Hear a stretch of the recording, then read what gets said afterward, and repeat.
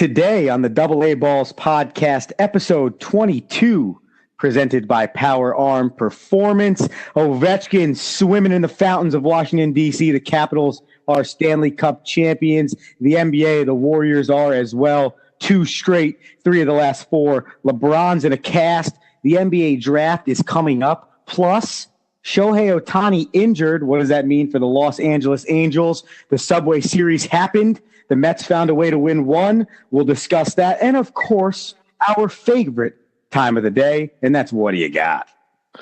Wrong, Andrew. The people are wrong. How is Cars ahead of Cool Runnings in our poll Friday, Andrew? That's the real question of the week. The people have voted, Anthony, and Cars is the 4th movie in the Mount Rushmore of Disney sports movies. But there's more to get to on the DAAB Podcast. Let's get it started. You're listening to the DAAB Podcast with your hosts, Andrew Romanella. It is absolutely popping off. Do you know what we call that sometimes? Dick High Fun Balls. And Anthony Rinaldi. I'm going to say something crazy. How about peeing like a dog? Oh, at the buzzer. Oh, you missed it. Oh, OT. The show starts now. Pimp, go on, brush your shoulders off. Ladies is pimps too, go on, brush your shoulders off. This is crazy, baby, don't forget that boy told you. Yes, indeed. Yes, indeed. This is the DAAB Podcast. I am your host, Andrew Romanella. And with me, as always, is my partner, Anthony Rinaldi. Andrew. How are you, buddy? Not good. I'm not fucking good, Anthony. For two reasons. Bringing the language early. I like the energy. Number one, we're not sitting with each other this week. No. And that always disappoints me. On assignment, both of us. I love looking at your face, and that disappoints me. I wouldn't go that far. And number two, it's a face for radio. The Golden State Warriors are the NBA champions again, and I'm just tired of it. Why are you tired of watching the best team in basketball do work against the one-handed magician known as LeBron James, Andrew? I don't take for granted how good they are. And this is the biggest thing I kept thinking about when I'm watching Game 4 and it's over and with like 4 minutes left, which I thought was the right move by Tyronn Lue and the rest of the staff for Cleveland, and the ovation that LeBron got from the crowd I thought was fantastic. But you knew obviously the game was over and you were staring it in the face, and you couldn't help but love what KD did in games 2, games 3, games 4, the type of player Steph is. I mean, he makes unbelievable shots. It's like beating a dead horse when you talk about how good Steph Curry is from beyond the arc. Klay Thompson. I mean, you could go on and on and on. And I don't discredit how great they are, but I think this year what's disappointing me the most out of the rest of them, last year was the fact that KD left OKC. Let's put that on the table, Anthony. I know that, you know that, every OKC fan knows that. This year what disappoints me is the Houston Rockets had them. They had them this year. They did everything right, but the Chris Paul injury, and now we're staring at Golden State as the champion again. You know what? I don't want to give Houston – I don't want to play that game of, oh, if they would have done this, if they would have done that. Same thing with like with Cleveland. If JR would have went back up with that rebound and did this, did that. You know what? Hindsight is 20/20, but you can't play that game, Andrew. The Warriors are the best team in basketball. It's a collection of 4 talented studs who came together, created another super team. They learned that from LeBron. LeBron got a taste of his own medicine. He tried to make his own super team. He collectively handpicked those guys to play with him in Cleveland. So I don't have any remorse for LeBron. Any of those LeBron apologists. Guy shows up in a cast after a self-inflicted punch to a whiteboard, Andrew. I mean, come on. If you're the greatest in the game, why are you letting your emotions get the best of you and you're punching a whiteboard? Are you Amari Stoudemire? That's my thing. If this was a different player, we'd be killing this guy. We killed Amari Stoudemire. I believe it was the Celtics, right? They were playing the Heat? I think it was the first round series. I think they were playing LeBron James and the Heat. Might have been right. Yeah, it was after. It was after we beat Boston. After we beat Boston, yeah. Right, and he punches the fire extinguisher. Right, and we killed Amari Stoudemire that year. for that move. Now, I agree, and I'll say it straight up. LeBron James deserves way more leeway in that scenario, especially after the game he was having and the bonehead play that J.R. Smith made. But you're right. Control your emotions. You are the best player on this floor. You're the best player on this planet, and this team goes nowhere without you. And then after that, here's my one thing, and you could tell me if I'm wrong, and I'm tired of people that love LeBron getting on others that don't love LeBron or don't absolutely just talk about how he's the greatest. I don't think he needs to show up to the press conference with that cast on. What is 20 more minutes? What is you didn't have the cast on for 4 days. You made a point to kind of not say anything about it, but then release it to your number one source in Brian Windhorst for ESPN. And then you show up to the podium with the cast on. See, to me, that's just one of those things. Just let the media leak that information. But correct me if I'm wrong, Andrew. Didn't he throw down that tomahawk off the backboard? He did in game two. Yes. So I don't think the risk was that. I mean, yes, it could have been broken. That's for sure. Because when you punch something that doesn't have any give, like a wall. I don't feel sympathy for LeBron, because the dude makes billions of dollars. He's the greatest athlete of all time. He has all these accolades. He's a great man. He does all the charity work. He does. We could go on and on. Everyone's comparing MJ, Kobe, LeBron, Durant has in the mix. Yeah, we got to – people, it's never going to happen. I want to get this quote. Maybe I'll find it later in this broadcast, and I'll tell it to you. But Jeff Van Gundy basically talks about comparison is like the death of fun or something along the lines of that. I'm paraphrasing it. Like, we can't just enjoy watching what LeBron James is doing on a basketball court. It's not very often you see a 6'8", 270-pound freight train who runs like a 4.4 and can do all that LeBron does. But in my last little tidbit, when it comes down to it, I'd much rather have Michael Jordan taking that last shot in crunch time when it comes down to it. And obviously I was a lot younger watching him, but I appreciate Michael Jordan. I'm going to say LeBron James. I appreciate his talent, what he does for this game, what he brings to the game. We'll never see another LeBron James probably in my lifetime, maybe my son's lifetime, but who knows. But Andrew, now that the season is over, it's the real fun time in the NBA. Where's LeBron James going? Maybe he joins Golden State. What do you think about that? Did you see they came out with odds on LeBron James and what teams he would sign with? And I'm looking at this list. Do people really, are there really people that are out there that believe LeBron James is going to sign with the Boston Celtics? Are there? Listen to this trade. I texted my brother. Do we really believe that? I texted this trade scenario. Listen, the Knicks and Boston give up first-round picks to Cleveland and a bunch of other players. We'll give you Frank Ntilikina, blah, blah, blah. We take Kyrie Irving, and Boston takes LeBron. It's a win-win for everybody. Well, I think if it's a foregone conclusion that Kyrie wants to leave Boston after this year is over and he doesn't plan on re-signing with the team, I think it would be very beneficial for Boston to spin Kyrie Irving for draft picks, much like they've done 5 other times underneath Danny Ainge, and somehow came out as the beneficiary in those trades. I think that's the move because, does Kyrie and Gordon Hayward and Brown and Tatum and the rest of that squad, does that give you an elite chance in the Eastern Conference to make it to the finals next year? Yeah, 100%. But I think there's enough talent there, plus what Terry Rozier showed you last year, that if Kyrie's not going to resign, to get value out of him, still probably be considered the best team in the East going into next season, maybe 2 because of how good Philadelphia came on last year and Milwaukee as a legit coach now moving forward.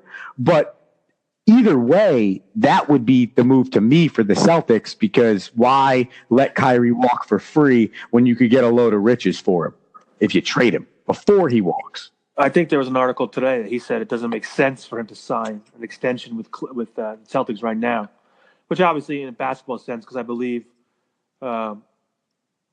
he wants to. I think the NBA salary even increases even more after the 2019 season. I believe it's another kind of salary, increase for the owners because they get all that TV money. So that'll make even more money available on the table. Andrew, there's 7 teams, I believe, in the LeBron sweepstakes. I'll run them down for you. You kind of give me your top 2 or 3 teams you think LeBron's going to land at. Houston, Philly, Lakers, Golden State, Boston, Miami, and Cleveland. Those are 7 teams I believe you'll see LeBron James actively be pursued by. Obviously, every single NBA team will actively pursue LeBron, but let's be real. There's only those handful of teams that have the couillons to pull off a move to get LeBron. Which ones intrigue you in that little lineup there? Take Golden State out of there, because if he goes to Golden State, I'm going to punch somebody in the face. I see. To me, it's only between the Cleveland Cavaliers and the Los Angeles Lakers. No Philly love, huh? No Philly love? The process? Listen, I'm going to tell you this straight up. LeBron, complete the process. Come on. I'll tell you this straight up. I've been wrong on this every time it's happened. LeBron James, the first time, he's staying in Cleveland. Wrong. Kevin Durant, the OKC status, he's staying in OKC. Wrong. Every time I've thought a guy was going to stay, he's always left. With that being said, I think LeBron stays. The only situation I believe he leaves for, and the only situation to me on the outside looking in that makes the most sense, is the Lakers. And to me, it has nothing to do with on the court, because I don't think LeBron James has anything else to prove on the court. Now, you, myself, and every other basketball savant out there understands that LeBron James cares about winning above all else. But LeBron James at 33 years old also cares a lot about the LeBron James brand. And there's no other person in basketball and in professional sports that understands the personal brand and how to maximize your brand than Erwin Magic Johnson. And if LeBron goes to Los Angeles, he's not only learning from one of the best basketball players of all time, he's also learning from one of the best businessmen and entrepreneurs of all time, being that he's sitting in the front office of the Los Angeles Lakers while also owning the Los Angeles Dodgers. I want LeBron. You heard LeBron talk about it in his post-game presser with obviously his cast on. He kind of talks about how he wants to be surrounded with high IQ ball players. He doesn't. I think he's at 33. He played 82 games this year, plus all the playoff games. He's played a lot of minutes. He's got a lot of miles on that car going to 8 straight NBA finals. He doesn't want to shoulder that load anymore, Andrew. I think it was clear after game 1 that he dragged that group of muck to where he was. And frankly, he doesn't want to have that kind of pressure, I think, in the next 5 years of his career, wherever he may sign. And I believe with LA, you got room for 2 max players. I think it's clear it's going to be him and Paul George. You strip that roster down. You got Lonzo Ball. You keep him. You keep, I think, maybe Randall if the money works, but he's pretty expensive. And you keep Kuzma. And that's it. Everybody else, you can go. Yeah, but here's my thing.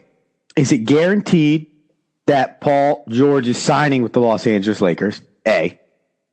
B, is it something that he wants to do in terms of leaving Cleveland again? What he feels like that's going to do for him, for his legacy. And you can call me crazy, and I agree. Listen, if I'm LeBron James, I'm probably out. I don't think there's any winning going on in Cleveland anymore. I've been talking to the shortstop at Stack, and he has been going on telling me that LeBron is leaving, and the biggest reason is there's what moves can they make with the amount of financial cap problems that they're in. What is there in Cleveland in terms of free agents if they had the money to sign, and what moves would they be able to make in terms of trades to want to keep him there? But to me, the biggest thing is what he feels like his legacy is going to be moving forward based on him leaving or not leaving. And you could call me crazy, but every action LeBron James has made over the course of his 15-year career has proven that his legacy is the most protected thing to him, and he will continue to make sure it's protected. And if he leaves to go to LA, yes, is it probably a great career move? If he leaves to go to Philly, is it a better championship situation move? Probably, but I really think it's going to be hard for him to break away from Cleveland for a second time. Andrew, you're crazy. Well, I've been told that before. and LeBron said it's obviously family is going to factor into this. I don't think his legacy will be tarnished with Cleveland. I mean, Cleveland fans, he gave you your championship in God knows how many years you were suffering. So I think in the eyes of most Cleveland fans and the amount of great stuff he does in and around the city of Akron and the entire Ohio region, I think they've already have a GoFundMe page to build the man a statue in Akron for all the yeoman's work he does there. I don't think if he left, I don't think he could hold that against him. And I think you're right. Everything has been a calculated move, and it's been about his legacy and the legacy of rings as well. Obviously, it's that magic number 6 that Michael carries. Kobe always mentioned it. He had 5. I think he always wanted that 6th one just to be on the same plane as Michael. Did you see that tweet from Kobe? Bill Russell fans like my father tells me he's got 11. Bill Simmons huge on the Bill Russell bandwagon. I mean, listen, if you have 11 rings, there's not much. There's not much room on that bandwagon to jump on. You know what I mean? Did you see the Kobe Bryant tweets the other day? Oh, Kobe Bryant is the man. He may be my new favorite player for that little panel he was on with, I think it was Bleacher Report when they were talking about, it was him. I think it was Chauncey, Paul Pierce. And he talked double than everybody because he's Black Mamba. And he just basically said, he's like LeBron. He's like, man, it's all about rings, right? Talk about those comments? I'm talking about how somebody came after Kobe on Twitter yesterday. All right. They tweeted, if Kobe Bryant was on the Heat/Cavs instead of King James the past 6 years and faced the 13-14 Spurs and the 15-16, 17, 18 Warriors, he'd have 0 rings. Context is everything. Kobe responds because he's been kind of quiet the last few weeks, last few months or so in terms of the LeBron James versus Michael Jordan debate. And he writes, we, in capital, had to face the Spurs in capitals, postseason pretty much. Not to mention the first super team in Boston. But I was just looking at that, 2010. But hey, what do I know? Love it. I love Kobe. Black Mamba. Drop the mic. Drop it. He's not wrong though. And it goes back to every conversation we've ever had. It depends on which side of the fence you fall. If you're somebody that believes overall body of career, not just championships, matters in the conversation of greatest player of all time, no matter what sport you talk about, you're going to fall on the side of one type of player. If you're the person that looks at, I don't care what you did in terms of numbers individually, it's all about the amount of championships you racked up, then you're going to fall in another side of that category. That is why for all of us to wrap our heads around who's better, LeBron, Kobe, Michael, Peyton, Tom Brady, Joe Montana, to wrap our heads around this debate is so nutty because not one person in America sees the debate the same way. So it's only going to be subjective, A, based on those factors. And second thing, Anthony, is whatever freaking generation you grew up in. If I'm a Michael guy and I grew up watching Michael, I'm going to think Michael's the greatest of all time. If I'm a LeBron guy and I grew up watching LeBron, I'm going to think LeBron's the greatest player of all time. Bill Russell, Magic, down the list. That's just how it's going to be seen. Andrew, while you were waxing poetically right there, I look back at the 2010 finals rosters between the Lakers and Celtics. And let me just shout out some names for you, see if this piques your interest. Who do you think was on that? Obviously, the Celtics had the big three. Pierce, Garnett, and Ray Allen, all Hall of Famers.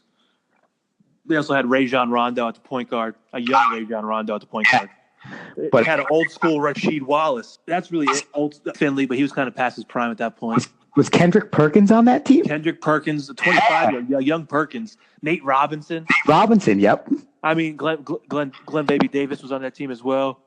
I mean, obviously it's the big three, and you throw a fourth in Rondo. He was young, but he was still a stud because he was fine. He was assisting everybody, and the veteran leadership of Rasheed Wallace, Michael Finley, and my man Brian Scalabrine. I mean, that's a pretty good squad.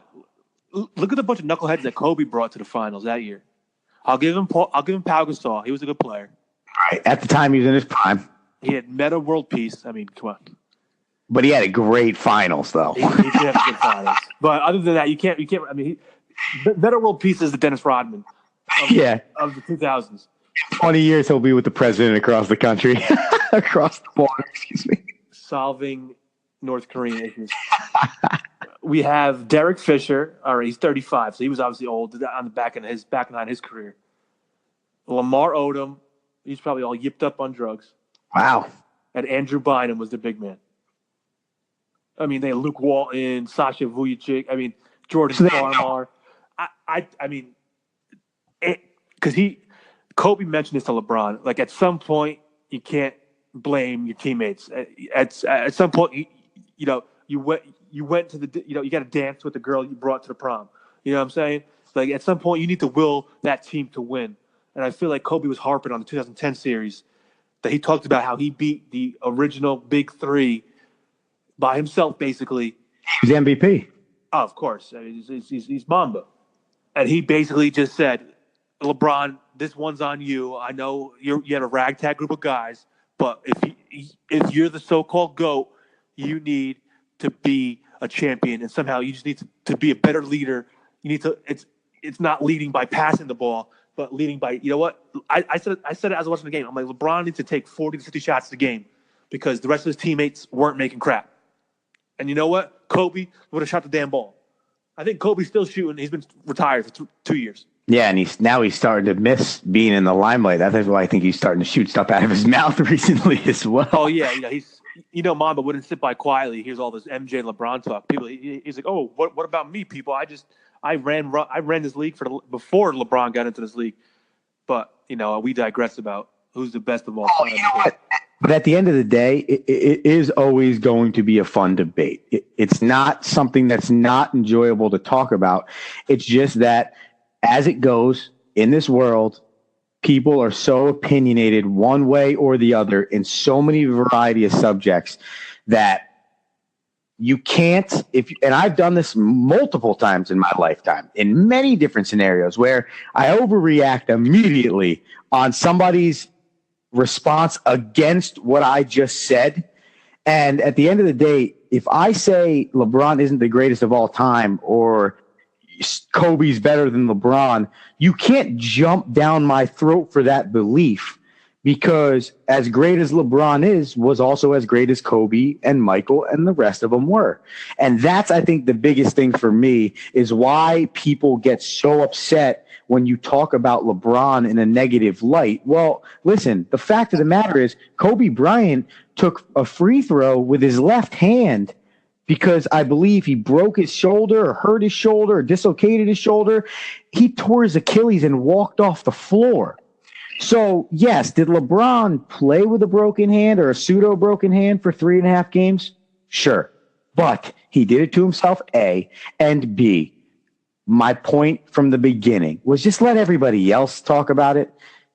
And if you need a cast, then you would have needed a cast after game 1, after game 2, and after game 3. And that's why that's just a weird move to me.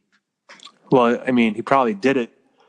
They said he was wearing casts when he wasn't around the media, obviously because I think the betting lines would have been crazier. I think it was all a ploy to keep Vegas that bay and obviously not let Golden State know that the best player on the planet had a freaking broken hand.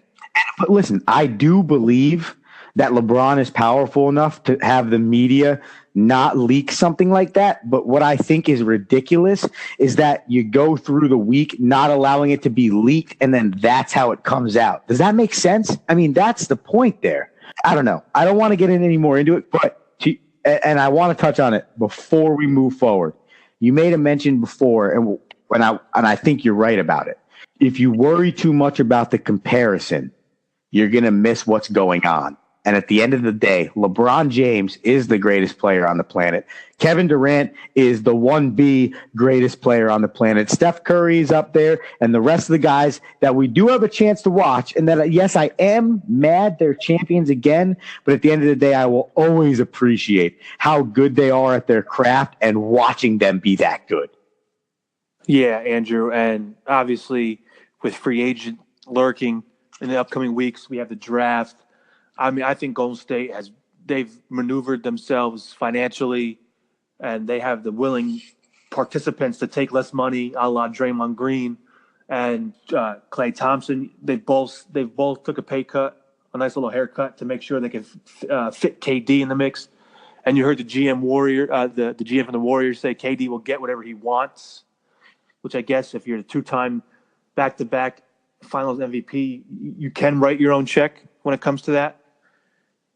But I mean, you keep Steph and you keep KD together, I think you could throw any 2 or 3 other guys in the mix there, and I think you're going to have 1 or 1A for the next 5 years in the Western Conference Finals. Just all right, write that down now, Andrew. They're not going anywhere for the next 5 years. All right, so you're in my mind because the draft is coming up next week. I think it's like 9 days away or 10 days away, somewhere in that range.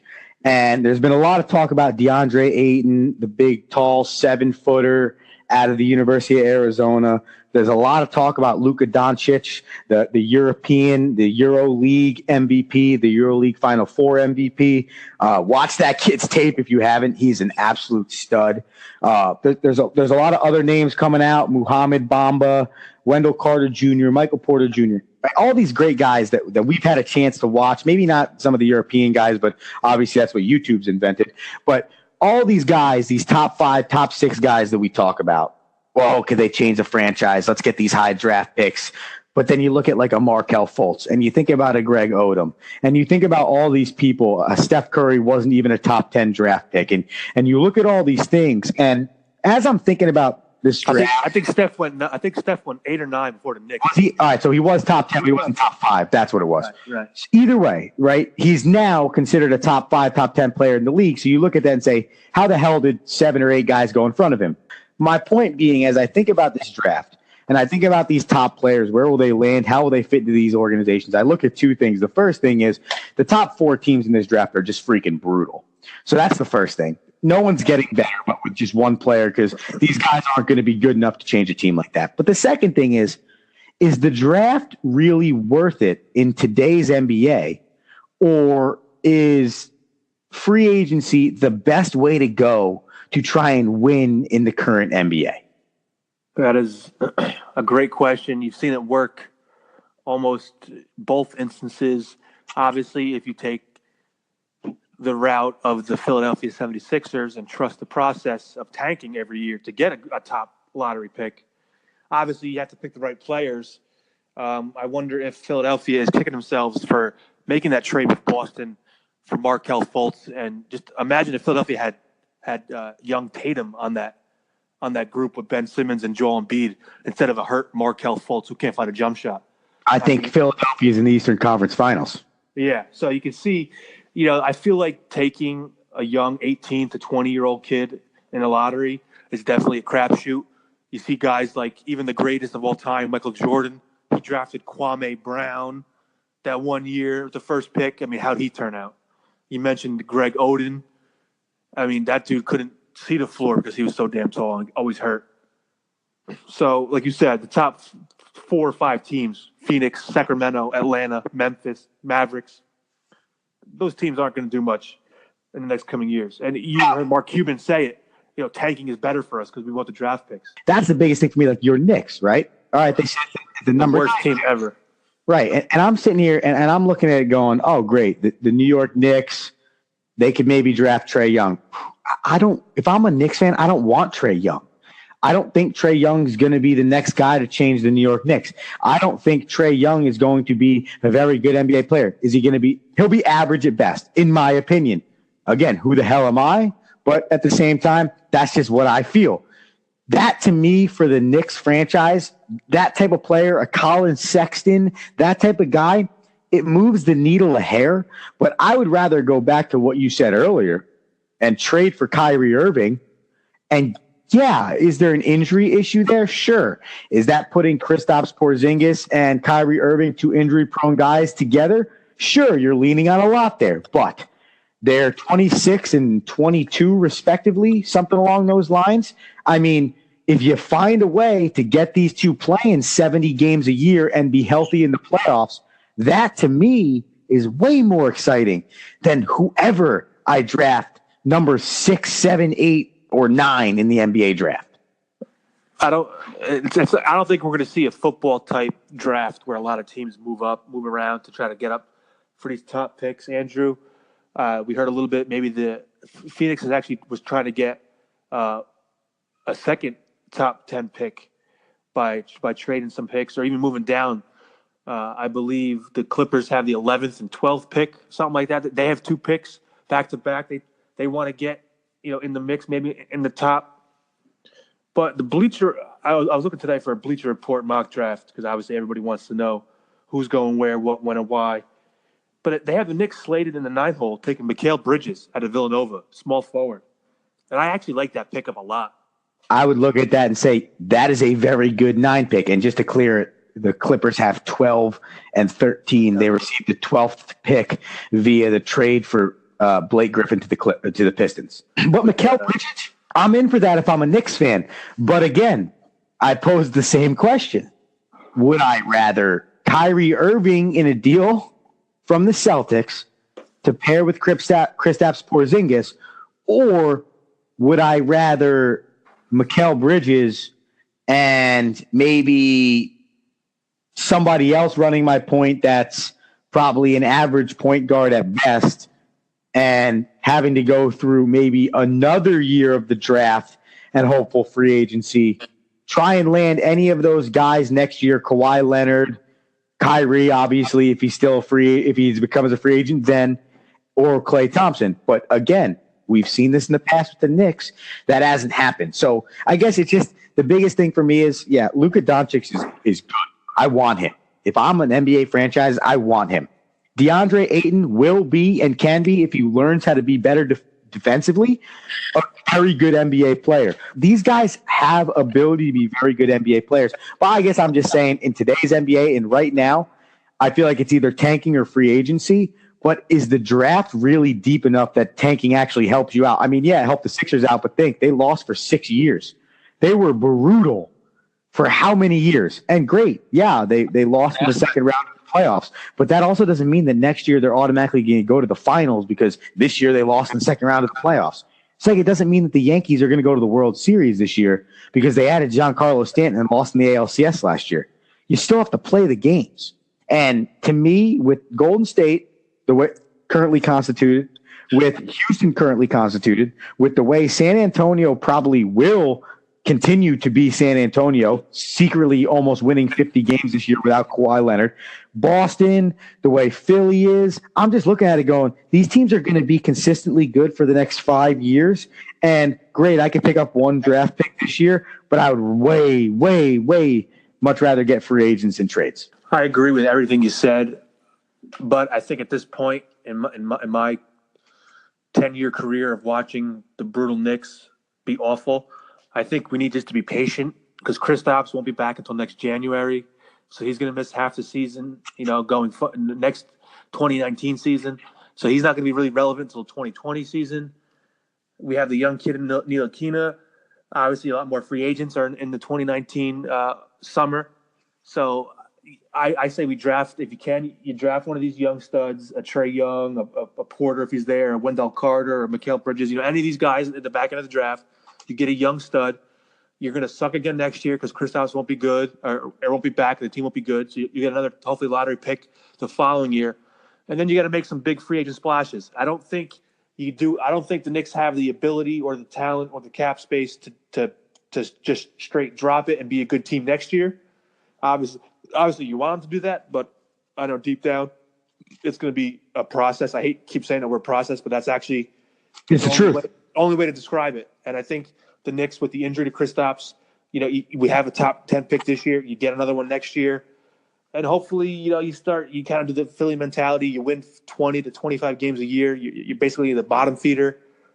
Sadly, MSG is going to sell out regardless of how bad the team is. The New York brand of basketball, for some reason, the fans still go to that, Andrew. I don't know why. And that's why I think that because the fans will always continually go to MSG and New York will always remain the mecca of basketball, no matter how bad the Knicks are. That's why I do think inevitably at the end of the day, when the story's said and done next year at this time, we're going to be talking about Kyrie and the Knicks.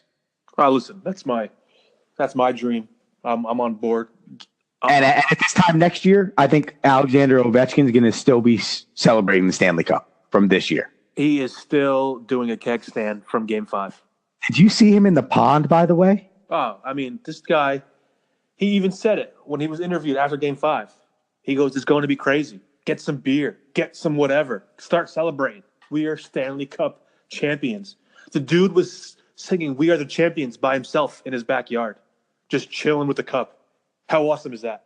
Listen, I love basketball, and I know that we could go on about LeBron, and we will speculate, and we will finally eventually find out.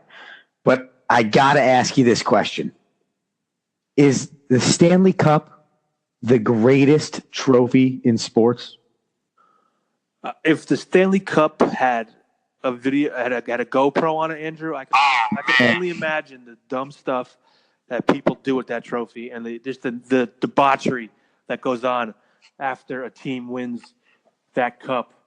Maybe you can explain it to me a little bit better, but like, what's the process? Does like every player get it for like a week, like a day? Yes. How does it go? The timetable is undetermined per player. I don't think anybody really knows how much each player gets it for, but everybody gets the trophy. Let's just call it for at least one day. Okay, so everybody's getting a chance with the trophy. And the guy that's like, I guess you call him the protector of the trophy, the keeper of the trophy, he's always around. I don't think he's actually sleeping in your house. I don't think he's, standing over the trophy while you're in bed. But I do believe that he is as much with you in the trophy as possible, so he makes sure nothing happens. But the story behind it is it's just simple. The Stanley Cup is the Stanley Cup from the beginning of time. Unlike in every other professional sport, you have to return the Stanley Cup at the end of the season. So you walk into Giant Stadium, you walk into Foxborough, you walk into San Francisco, you'll see the Lombardi trophies that all of those franchises have won. You'll walk into the Yankees, you'll see all of their championships. You can't walk into an NHL stadium and see the Stanley Cup because there is only one Stanley Cup. And I think that's why it has taken on a shape of its own, because you're drinking out of the cup, the same cup that guys drank out of when the NHL was formed, when it was the core six, when it was the original six. I mean, you think about it, right? You put it into context.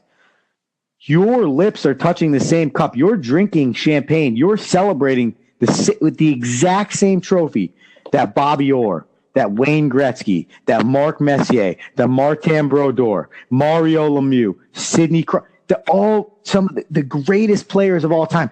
Every single team has been with that trophy, and I think that is why it is so much more different and unique than every other championship in sports. And the celebration is it's like you're allowed to be belligerently drunk in public, and everyone's like, yeah, it's Obi's first championship. Let's do it. I mean, naturally, he's a crazy Russian. He won the first, he's bringing back the first ship to the Washington, D.C. area since the early 90s.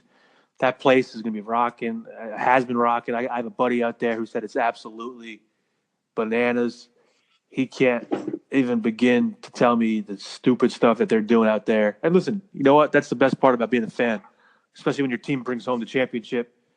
And, I mean, guys, he's sleeping with the cup. He's drinking out of the cup. He ran through a casino with the cup. Yeah, they were in the club with Tiesto, beating up the beat with the cup. I think the cup. I think a horse was eaten out of the cup at one point in time. That's awesome, man. I'm sure that cup went to Spearmint Rhino out there in Vegas. Was throwing $1 bills at the ladies out there. I'm sure there's some untold stories of the cup that, Andrew, we could get in trouble for. Well, I think your original idea of the GoPro on the cup might be the best idea I've ever heard, because I honestly think that if the cup was to be in a strip club, I feel like the cup would be getting dollar bills thrown at it as opposed to the other way around. I think there may be a hidden GoPro in there already. We don't know about it. It's somebody just watching the last 30 years of this crazy, utter debauchery. I mean, well, think about it, right? Think what stinks, I guess, in a way, is since social media has only been prominent in the last 10 years, now you really get to see what they do with the Stanley Cup. But, what do you think it was like in the 70s and the 80s?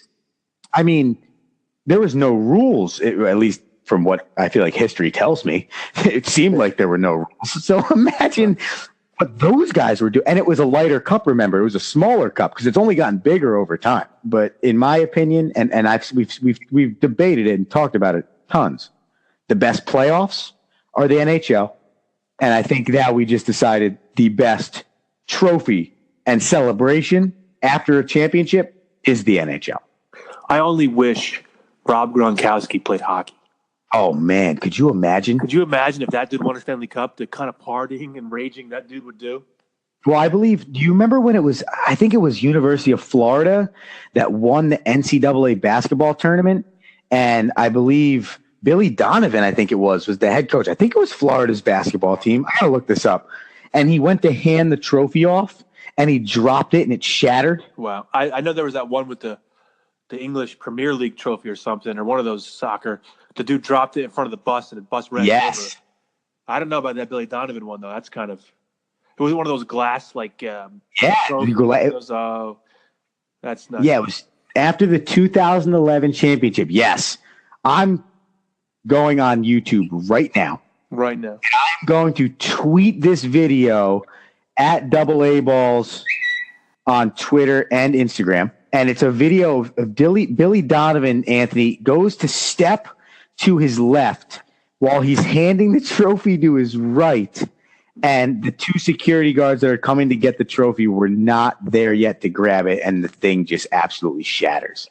I hope it wasn't a Swarovski crystal trophy. That would be brutal. I'm sure that was a very expensive trophy.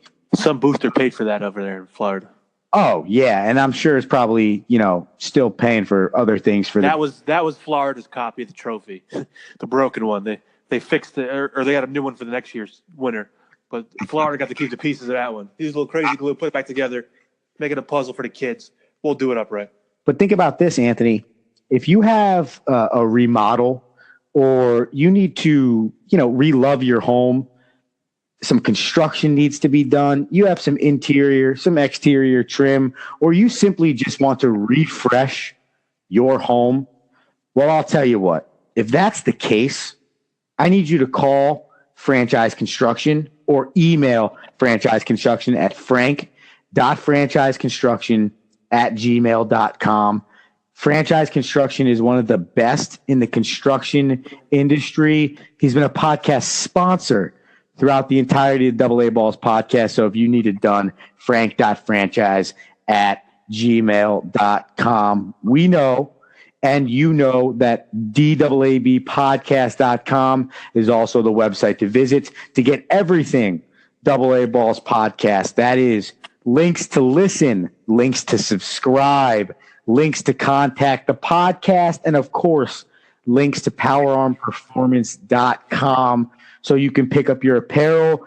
We got some new DAAB logoed apparel out there, so check it out. I know that I will be rocking mine as much as I can this summer in hopes that the people will join me, Anthony, in the journey to show off the AA Balls apparel. I mean, I'm wearing my hoodie right now, Andrew. It's a little chilly in my house. And I'm the DAAB gear. I get these great looks from people all around. I'm wearing it. They look at me kind of funny. My shirt says balls on it. It's funny. People love it. Get the name out there. That's all we ask. We're not too greedy. We want a few links, a few clicks, a few subscribers. Nothing crazy, Andrew. And at the end of the day, we also have logos that don't say balls on them. So if you're one of those, we have that for you as well. The Subway Series just concluded, Anthony, and as expected, the Yankees took the series. I think you would agree. Myself, yourself, and most of people in America probably expected the Yankees to sweep that series 3-0. However, the Mets were able to steal the last game. Todd Frazier hit the 2-run home run, which is kind of funny, poetic justice. The Todd father. The Yankees get shut out for the first time this entire year, which I thought was pretty impressive for the New York Mets. My question to you, and I'm not putting any stock in it for the Mets. I mean, I really do think that it's going to be tough to come back on the road that they're on right now and where they put themselves.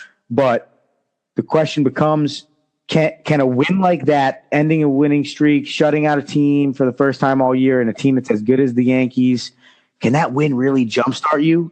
Listen, Andrew. I know a lot of New Yorkers get hyped up for the Subway Series. It's kind of big brother versus little brother when it comes down to it. But I mean, frankly, Andrew, I think you guys, the Mets, easily could have taken 2 out of 3 or even swept the Yankees. I mean, They could. You're right. Their pitching is unbelievable. The fact good. that their offense is so putrid, it's almost disheartening. It's not fun to watch. They're not a very fun organization to root for. I despise them. I don't know why. Like I said, they're almost because they're their annoying little brother. I just don't get what's so annoying about them to the Yankees. We're not in your division. No, it's the fans. We don't do anything to affect you. No, it's not your team. I just kind of laugh at your team. It's your fans. I had a few fraternity brothers who were Mets fans. A few, like I said, I grew up a Yankee fan. My whole family's a Yankee fan. I had a few Mets fans. It's like how can you like what is the? How did you get drawn to the Mets? Like what? Like I'm kind of having this debate in my head. Like why am I still a Knicks fan? Like why do I give that terrible organization my money, my time by watching them? Like if I'm a Mets fan, I've been beaten down so much that it was nice to get that 2-0 victory and shut the Yankees out. But in the grand scheme of things, the matchup with the Yankees doesn't mean anything. I think this is a bigger matchup right now against the Braves, obviously, because they're ahead of you, Andrew, and you want to jump the teams that are ahead of you. And obviously beating them will give you a 1-game step every time you beat them. So I think this game, this series is a little more important than playing the Yankees. And I think you saw that when they kind of sat down Thor. They wanted to pitch him that Saturday game, but I think they realized in the grand scheme of things is let's not rush him back just yet. Although I think he's getting his fingers MRI'd now. He apparently lost some sensation in his fingers, which can't be good.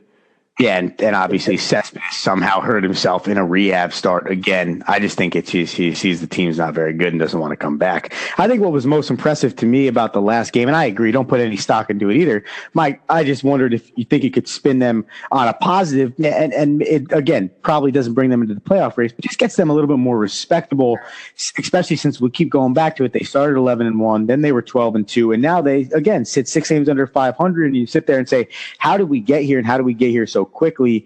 But at a time when they were playing so bad, they found a way to play 3 very good games against the New York Yankees.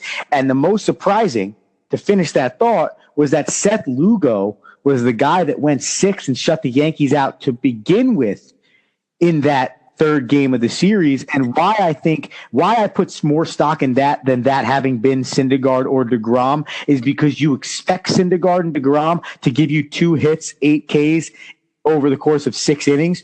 You don't expect Seth Lugo to do that against the Yankees. So to me, you look at it and say, well, you have Lugo go 6, gives up no runs. You have Gesellman go 2, gives up no runs. Then you have Swarzak come in and get his first save of the year and give up no runs. And you say to yourself, there is something here. However, when you look on the other side of the ball, I feel like right now there's nothing to get excited about. The Mets have what the Yankees need to win, and the Yankees have what the Mets need to rebuild, Andrew. And like you said, they just started stretching out Seth Lugo. That Mets pitching staff is stacked. Even though apparently you get hurt a lot and you run through the gamut. I mean, obviously Harvey last year was hurt, and before that, all the other injuries and the Harvey nonsense. And it seems to me that Thor seems to be a guy more or less headed to the DL more times than not. I can recall, I think a few times last year, if I'm not mistaken, Andrew, he spent a few days on the 15-day DL. And you see this year, last year he missed a lot of time, right, with that lat strain, right? He got all beefy and then all of a sudden threw out his lat or something. But I don't want to downgrade. I don't want to downplay the Mets and their 2-0 victory on Sunday. But looking back at the Yankees, even though I think we're 42-18 or 42-19, whatever their record is. I mean, the winning, it just masks a lot of bad baseball that the Yankees are playing. And I mean, the Yankees and Mets, both teams rely on strictly hitting home runs to power their offense. I don't see any type of, extra base hits. I mean, besides Miguel Andujar, who's a extra base hit machine, the Yankees just get up there and plow away and just bang out, solo home runs. Which obviously they're leading the majors in home runs. They have a lot of power. I'm not saying that I don't want to see more home runs, because obviously home runs is like, the 80-yard touchdown pass to Odell Beckham. The fans love the home run, Andrew. People want to see the home run. MLB turned a blind eye to steroids just so we can see more home runs. But, I mean, the Yankees pitching staff scares me. We had a lockdown bullpen, and we have the power bats. But, I mean, we don't play the small ball. We don't move the runners over. Our pitching scares me. I just think that, we're 42-19, one of the best records in baseball. But the Red Sox aren't losing anytime soon. And they have a team just as good as we have offensively. And their starting pitching is just as shaky, probably a little bit better now that, the Yankees have all these injuries, Tanaka, Montgomery. We see that it's going to be a run to that July 31st deadline, Andrew. Who's going to get starting pitching? My thing is, Shohei Ohtani just gets hurt for the Angels, and he's got a grade 2 tear of his partial tear of his UCL. There's no timetable for his return. For me, you saw Tanaka go through it. You saw Darvish go through it, obviously, and I'm talking in terms of guys that have come over and had those types of injuries, and they both found a way to get through it. But that was a 4-5 month rehab process. That changes a lot, because that Los Angeles Angels team was somebody that you looked at as a big competitor in the wild card, because it is no guarantee that the New York Yankees win the American League. Right now, they're tied with Boston in first place in the American League East. Boston's 45-22. The Yankees are 42-19. Boston has a 3-game advantage of them in terms of the games played. But at the end of the day, you're right. They aren't going anywhere. And then you throw the Cleveland Indians into that mix. Then you throw the Seattle Mariners into that mix, who people don't realize are a half game up on the Houston Astros in the AL West. So there's a lot of good teams in the American League. And you're right. It is not going to be easy for the Yankees. They might end up as a wild card, as crazy and unfair as that may seem. But now you look across the coast and see Shohei Ohtani injured. And I think if you're a Yankees fan, and you are, so you can give me your opinion on this, but I think if you're a Yankees fan, you don't want to be happy that somebody gets hurt, but you got to kind of love to see that a team that maybe are 5 games up on in the win-loss column right now, but a team that is good enough to be there at the end that you might not have to worry about anymore. I mean, yeah, you don't want to root for injuries. I wasn't really too concerned with the Angels. Yeah, they're playing good baseball, but besides Showtime, their pitching staff, Andrew Heaney's getting blasted. They have what's his face down there, Garrett Richards. That dude could throw 100 miles an hour. They didn't really scare me, Andrew. But that's my thing, though, is that they are a team that is 1 or 2 pitchers away from being the team that could scare you. And when we're talking about the trade deadline a month and a half away, and the Yankees needing starting pitching and the Red Sox needing starting pitching, the Angels, if they are now no longer in the mix 6 weeks from now, you're not only talking about a team that might not have to play against in the postseason, you're also talking about a team that you might not have to make trades against at the trade deadline, making it easier for them to acquire the starting pitching necessary to go on and hopefully compete for the World Series this year. Brian Cashman, I know you're listening, avid AA Balls listener. He knows we need starting pitching. But Michael Kay today on the K Show brought up a great idea, and that's almost to kind of almost block your opponent. And he thought about maybe even, adding to that illustrious bullpen that the Yankees already have, and solidify another long arm like a Brad Hand. I believe he plays for the Padres or one of those teams out there, out there in the West that's kind of out of it already. If you get a good reliever, Andrew, and you add him to that mix already, say your starter only gives you 2 or 3 or 4 innings, you have the arms in the bullpen that'll carry you to a victory. And in hindsight, you block the Astros, who are desperate for some bullpen help. You block them from getting a good arm in the bullpen. So I think that might be a route that Cashman may go if he can't find the starting pitching he wants. And I said, I kind of wrote down a few names here that piqued my interest. I'll shout out 5 of them for you real quick, Andrew. Tell me if any of these guys pique your interest. The top 3 probably won't, but I know the bottom 2 will. Tyson Ross. He's out of the Padres. He's the ace of the Padres right now. They're kind of out of it. They're kind of a young staff. I think he only has 1 more year left in his contract, so he'll be he won't be too high of a price tag, maybe a mid-level prospect, nothing crazy. That dude from the Mets, your old stud, Michael Fulmer, he's out in Detroit right now. He's kind of struggling, but he only has 1 year left as well. He's only 25, so you can see the Yankees push for him. Old man, Cole Hamels.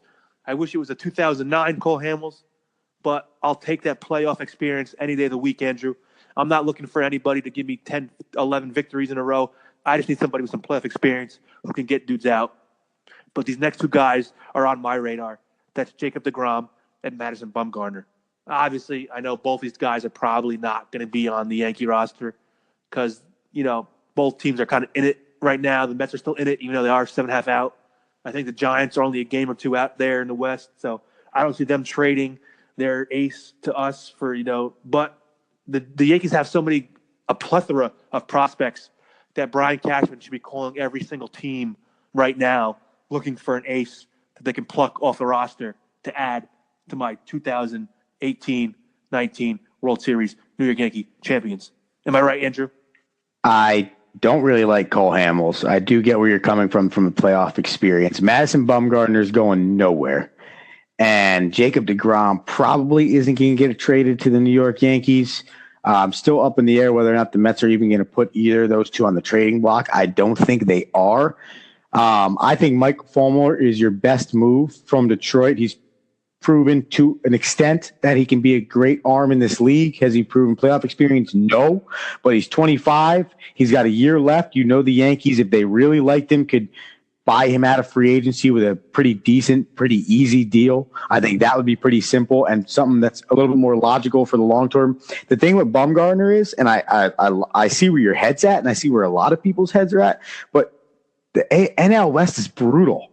The Diamondbacks are the best team in that division, and they're 36-29, and they haven't even played good baseball. The Dodgers aren't good. They're 33-32. They have a bunch of injuries, and the Giants are 33-33, and they're 3.5 out. Is their only way to the playoffs winning that division? Sure, but we've also seen a lot in baseball that team that squeaks in late, that team that finds a way in the wild card, ends up creating some havoc. So I don't see Bumgarner. Plus, all the moves the Giants made, that did not indicate that they were going to go and trade their best asset. And the last thing on him is he's a guy. He's a program guy. He's a San Francisco Giant. That's his home. And I just don't think it's that easy to trade him away. Much like I think it's going to be tough for the Mets to trade Syndergaard and deGrom. Though the Syndergaard more likely because he's not a homegrown guy.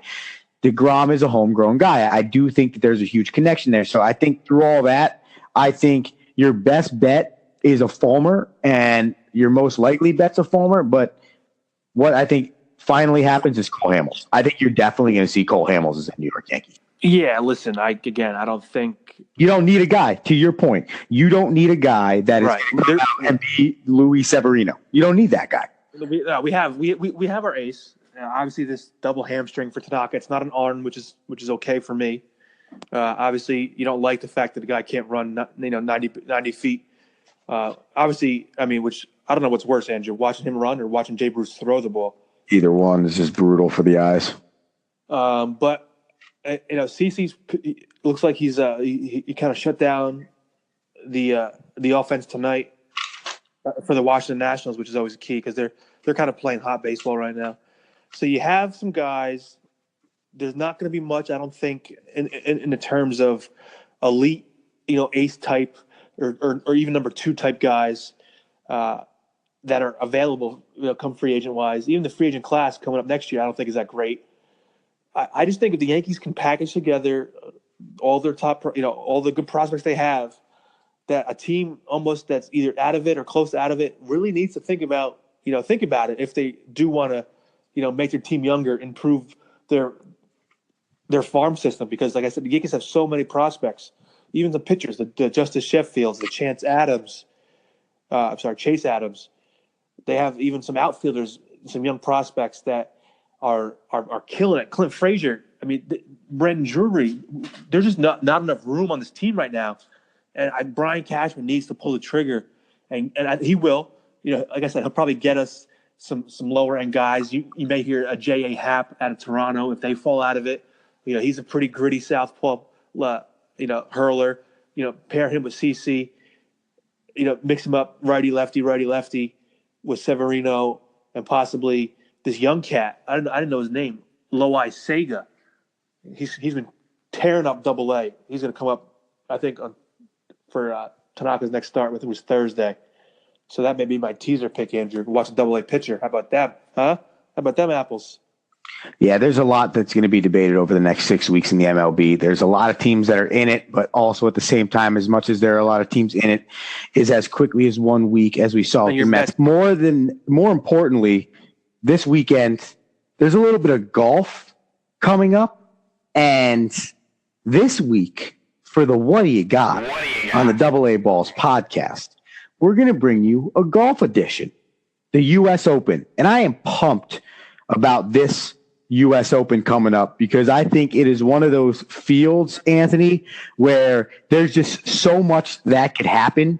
And there's so many guys that could potentially win that I am going to be locked in for these 4 days of golf this weekend. And before you give me that pick, because I know that you're feeling pretty good about who you're going to go with in your What Do You Got, and I'm feeling pretty good about who I'm going to go with in my What Do You Got. We're just going to remind everybody that it is the spring, it is warm weather outside, and when you're having that backyard barbecue, you're having the friends over, you're popping open a few Corona and limes, but you realize you forgot the burgers in the kitchen. You don't want to be fumbling with the screen door or trying to open it and dropping your beer. It's just too much of a hassle. Make sure those things are cleaned up, please. When mom bakes the pie and she leaves it on the windowsill and all the kids in the park that are playing, what is it, 1995, and they smell the cake, she doesn't want to be trying to open that window and it's jammed. Call Hawthorne Glass. Our man Angelo has been in the glass industry for 3 decades. So call our man Angelo at Hawthorne Glass and you will receive the best service in the glass industry. Please mention DAAB Balls at checkout and hopefully, just hopefully, you will get a 10% discount. That's 973-427-4344. Anthony Rinaldi, it's golf, it's the links, it's the U.S. Open. What do you got? Andrew, we are scraping the bottom of the barrel to look for a matchup in golf. What has this world come to? I love it. You love it. The U.S. Open, it's a big tournament, Andrew, one of the 4 majors that we all hope Tiger Woods can eventually win again. I got the formerly ranked number 1 player in the world. I think he held it for a minute and a half. That's Justin Thomas. Dude's been playing solid golf. He strikes the ball down the middle, and you got to be in the fairway at Shinnecock. You know, the all this rain we got up here in Long Island, the rough is going to be wispy and long as shit. You're going to want to play small ball off the tee, hit your long irons into the green, get up and down. I think we're going to see not quite a high number, Andrew, but we'll see like a -6, maybe -8 is going to win you your tournament, which is not going to be that high. And my man Justin Thomas is going to take it home because I freaking said so. I love it. I love it. Justin Thomas has been playing well. Right now, 14-1 odds at the U.S. Open going into this year. And I debated Justin Thomas a lot. I did. I thought he is going to be somebody that's going to be up there top 10. He's going to be competing, has been competing. Dustin Johnson was another guy. A lot of talk about Ricky Fowler. However, I don't know if his head's in it because he's gotten engaged. But for me, smoke show. Allison Stokes, smoke show. Great job, Ricky Fowler. For me, at the end of the day, I think it comes down to Jordan Spieth. I don't know why Jordan Spieth has had a lot of struggles this season with his putting. There's been a lot of talk about how his putting hasn't been too consistent. We've seen him a few times on the tour this year miss really close putts that to you and I are okay to miss because we're not good golfers, but to professionals are putts that they should be making on a consistent basis, especially if they want to be a top 2 player in the world. If they want to be on a Tiger Woods adjacent status. So for me, it's Jordan Spieth. I just think that his play has improved the last 2 tournaments he's played in. I think that he's proven he can win on the big stage. Not enough people are talking about him, which I think is good for him. And I just think that it's going to be a weekend where Jordan Spieth puts it out. So I will take my Jordan Spieth against your Justin Thomas. And since there is nothing specific to watch because it's a 4-day event, I think we go 2 points straight up for the winner. And even if our person doesn't win, it's the best finish. Best finish. You got it. And I know our Whataya Got sponsor, Hawthorne Glass, avid golfer, going to be rooting for Lefty, huge Phil Mickelson guy.